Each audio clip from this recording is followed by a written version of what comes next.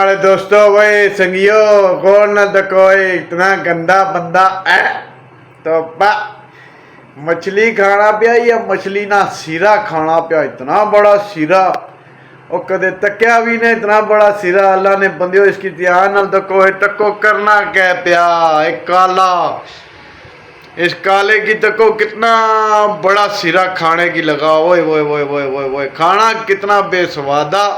आए ओए इतने दंद तक ओए दंद इस तरह जिस तरह पाँ पे ही दंदागी। ओ हो तोबा तोबा तोबा तोबा। दोस्तों वीडियो के लाइक करो, सब्सक्राइब करो तो फॉलो करो। जितने भी हमारे संगी हो इसकी तको गौर नाल। एक करना क्या पिया काला, एक काले कितने गंदे होने यार, बिच साफ भी होने लेकिन बिच बूं बूं गंदे भी होने। ये ज़्यादातर जेडे जंगली लोग होने काले, ये पता नहीं केड़े मुल्क ना काला या, लेकिन इसकी तको एक करना क्या पिया किस तरह पिया।